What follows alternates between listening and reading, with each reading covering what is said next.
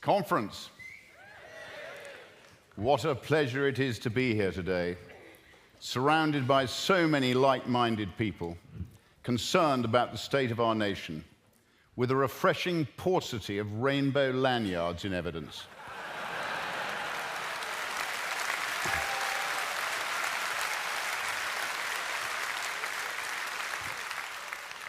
Since our last gathering in Doncaster, we have won 4.1 million votes at a general election, secured 5 MPs under first past the post, and now we have over 75,000 members. It is always better to travel than to arrive, but I would call this progress. On a personal note, I'd really like to thank all of you for making the effort to come today. I know how much of a sacrifice it is in both time terms and money terms, but you have no idea how much confidence it gives us on the front line to see the People's Army on the march.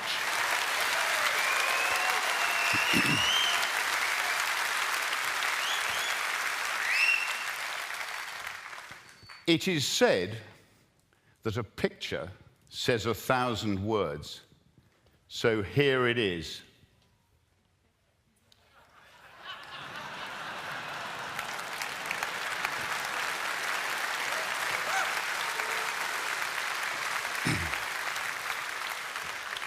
A fat, bloated state freeloading off a thin, emaciated taxpayer.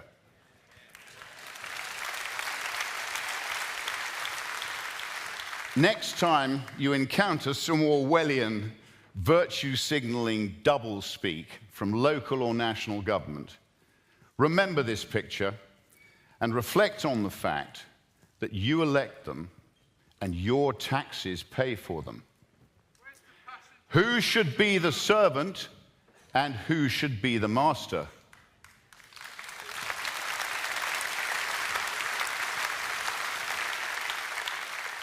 The failures of statism are well documented after the collapse of the Soviet Union. Collectivism undermines individual responsibility and fosters a culture of rule by committee. A committee adopts the intellect of the member with the lowest IQ, encourages manipulation, and makes bad decisions. Recent examples in the UK include the post office scandal,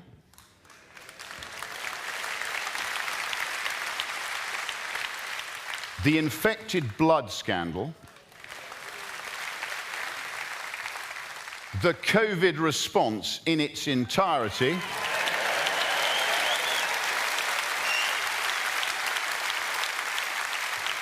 including forcing an experimental jab on millions of people.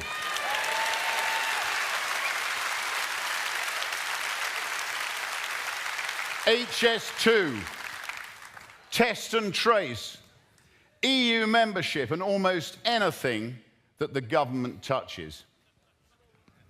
They foster a dependency culture and lose sight of the fact that governing means serving the electorate who empower them.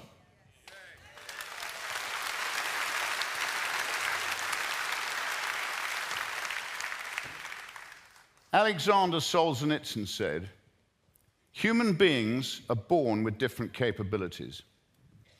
If they are free, they are not equal. And if they are equal, they are not free."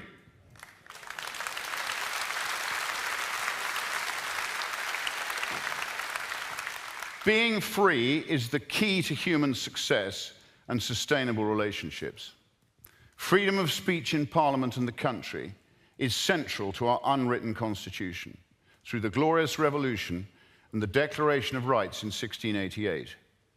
It is the foundation of the relationship between the people, the electorate, the elected assembly, Parliament, and the monarchy. Parliament is the elected assembly wielding sovereign power, with the monarch as the titular head and the Lords providing continuity and guidance.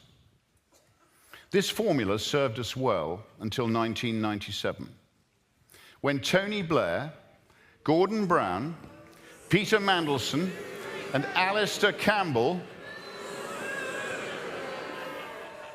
conspired to undermine our written constitution through malignant legislation, empowering unaccountable, unelected quangos, regulators, and the EU at the expense of parliamentary power.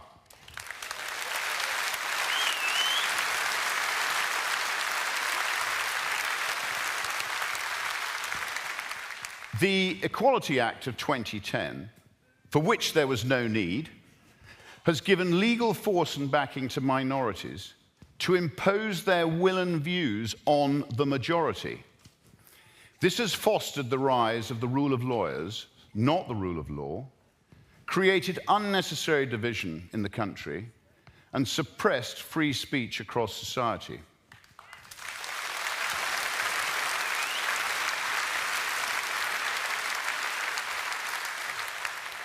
Terms like hate speech, transphobia, and Islamophobia have effectively obstructed dissent, any dissent. Doubt and victimhood have been encouraged, resulting in young people submitting to, rather than dealing with their problems, citing mental health issues.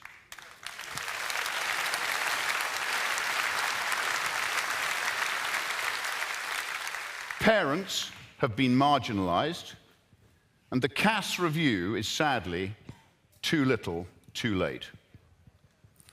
The Financial Services and Markets Act of 2000 gave regulatory power to the Financial Conduct Authority and the Prudential Regulation Authority, who have severely damaged our capital markets, embedding Stonewall philosophy into regulation.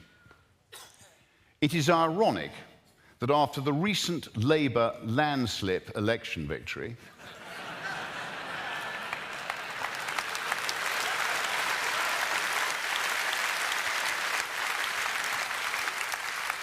Rachel Reeves will not be able to manage the British economy without another quango, the Office for Budget Responsibility, signing off on her proposed business plan. Their track record of forecasting has been lamentable, and they will no doubt be blamed for the inevitable failure of a statist Labour approach to economics. In 1997, Britain was in good shape, largely due to the Thatcher legacy. We knew who we were.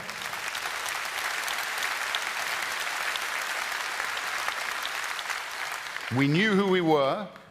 We were still one country. We had sidestepped the euro thanks to Sir James Goldsmith's referendum party. Our public finances were in excellent shape. Taxes were one of the lowest in Europe. And public spending accounted for only 32% of economic output. Most importantly, the population was stable and immigration was under control. Today, national debt has exploded 500% to £2,770 billion.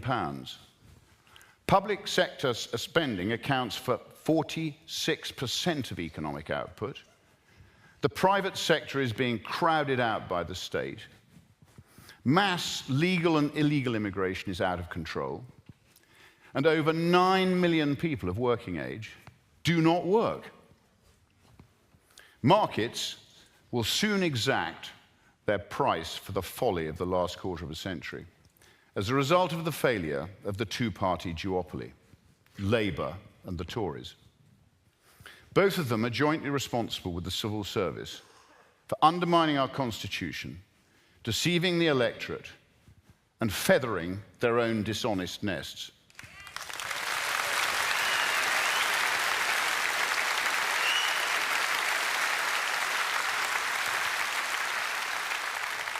Reform is now the last hope for a return to some form of normality.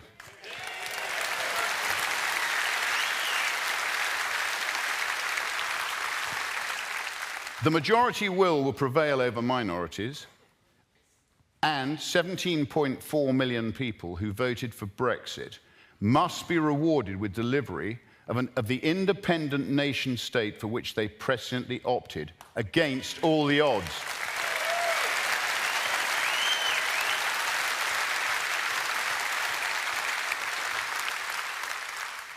Damaging legislation must be repealed, the size of the state drastically reduced, and total power must be returned to Parliament, who are accountable only to the electorate.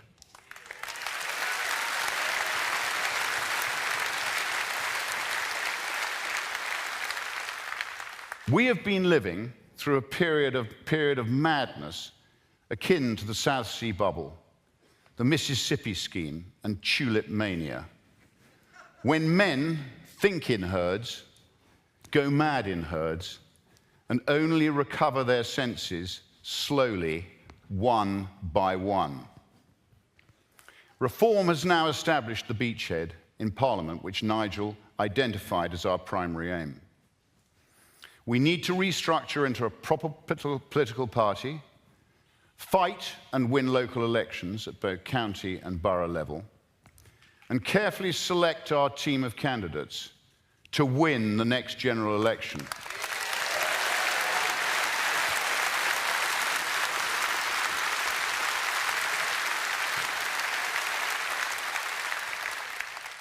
First past the post has its issues, but our 5 MPs have proved that we can win in that system.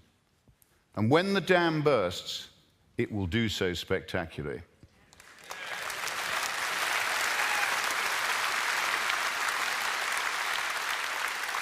We have a plan to help support our candidates and guide them through the experience we have gained over various electoral forays.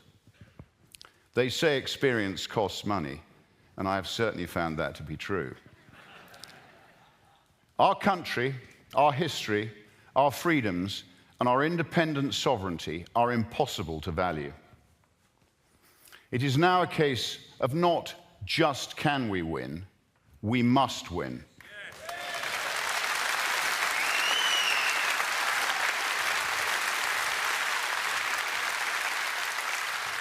Then, and only then, can we deliver the changes that this country so desperately needs. Let's end two-tier policing.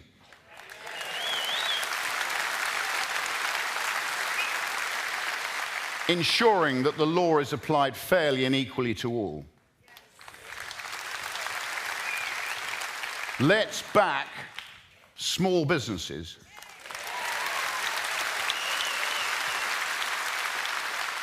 Raise the VAT threshold. Scrap IR35. And slash corporation tax.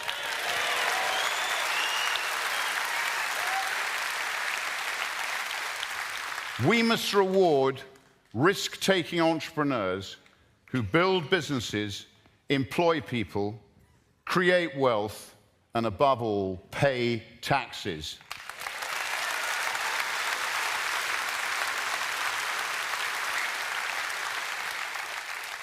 Maggie used to say, "I am with the workers, not the shirkers." Well, let me tell you, I am with the workers too.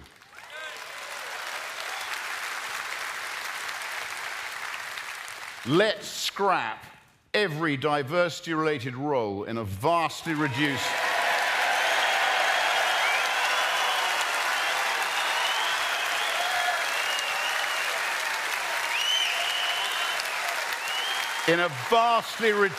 public sector and judge people on merit.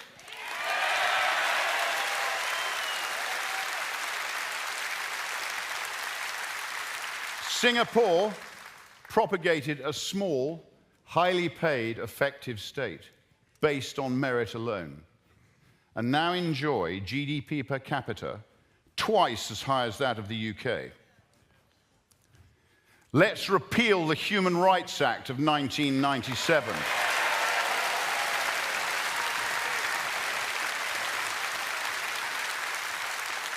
And leave the ECHR.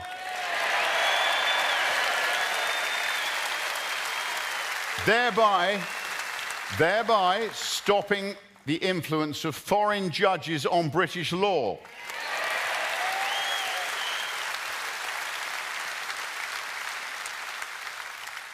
Let's investigate and repeal divisive legislation such as the Equality Act 2010 and legislation that has bloated the state with quangos such as FUSMA 2000. Let's stop the boats, ending the madness of thousands of unchecked, ending the madness of allowing thousands of unchecked foreign young men into the country illegally.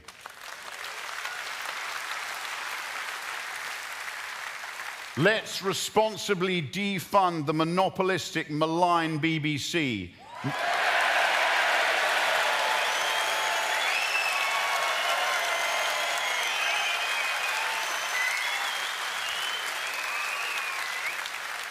Making it a subscription service and let the people decide its fate. Let's scrap 20-mile-an-hour limits. Low traffic neighborhoods. End the war on motorists and allow free enterprise to flourish. Let's reverse devolution and restore our Act of Union. Scotland is now a dysfunctional example of failed devolution, funded by the English taxpayer through the Barnett formula, with Wales close behind. Less government must be better for all citizens. And finally, let's slash legal immigration.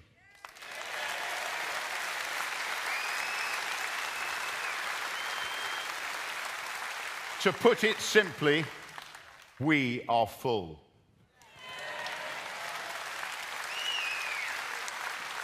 Only the best and the brightest who will contribute to our economy and, importantly, integrate into our society should be allowed in small numbers.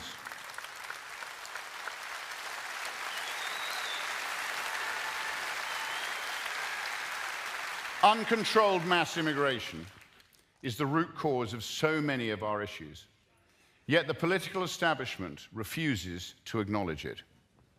Either they're incompetent or they're lying.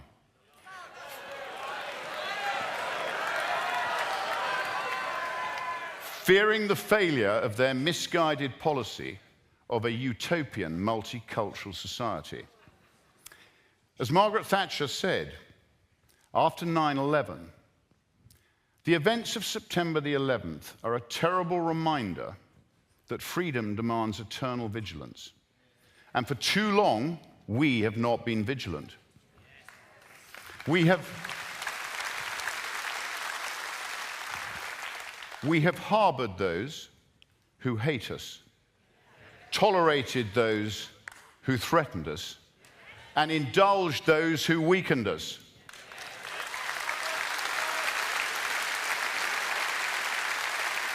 Did anybody listen? When I asked Keir Starmer at PMQs, did he agree that allowing millions of immigrants into the country since 1997 had damaged our communities and undermined our public services, his lame response was that he was unsure of my numbers. What was he questioning? Whether millions of people had entered the country since 1997? That is an undeniable fact, and it is of great concern that he does not seem to understand the electorate's legitimate and growing concerns.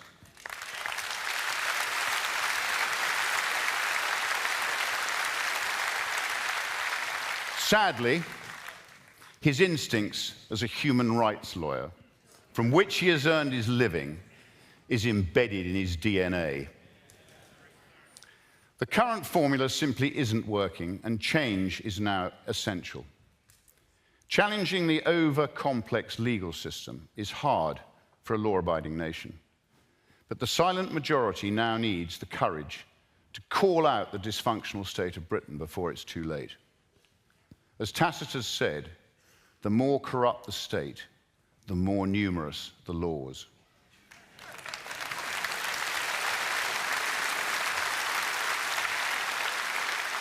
Our collective objective has to be a reform government between now and 2029, which represents the interests of the British people.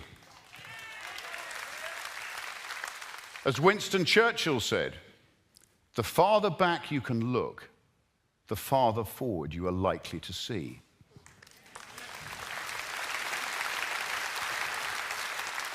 In looking back, I came across the view of Socrates on democracy and its vulnerability.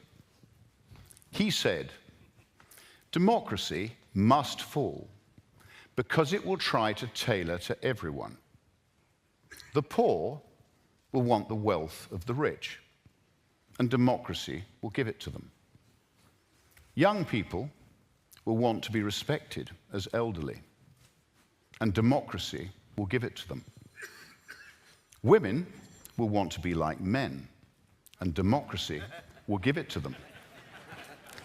Foreigners will want the rights of the natives, and democracy will give it to them. Thieves and fraudsters will want important government functions, and democracy will give it to them.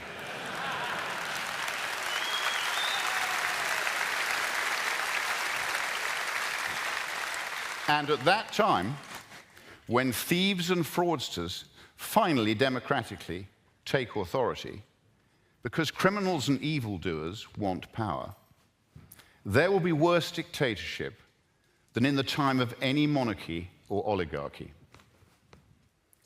Now is the time for the people of Britain to have the courage to speak out before they lose their freedom of speech, and their special way of life, to whatever subversive forces are seeking to undermine us, be it the European Union, the World Economic Forum, the United Nations, the billionaires, the World Health Organization, the Bilderbergers, the Council on Foreign Relations, crony capitalism, Tony Blair's socialist dream, or other malign forces.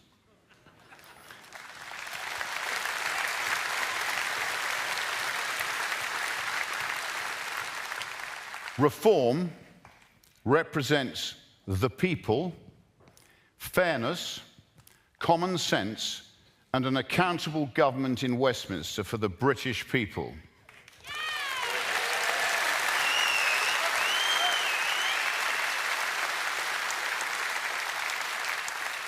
That cannot happen without seismic change. Please remember that the only thing for the triumph of evil is good for good men to do nothing. We must now collectively, but legally, bring the fight to them. Thank you. Thank you.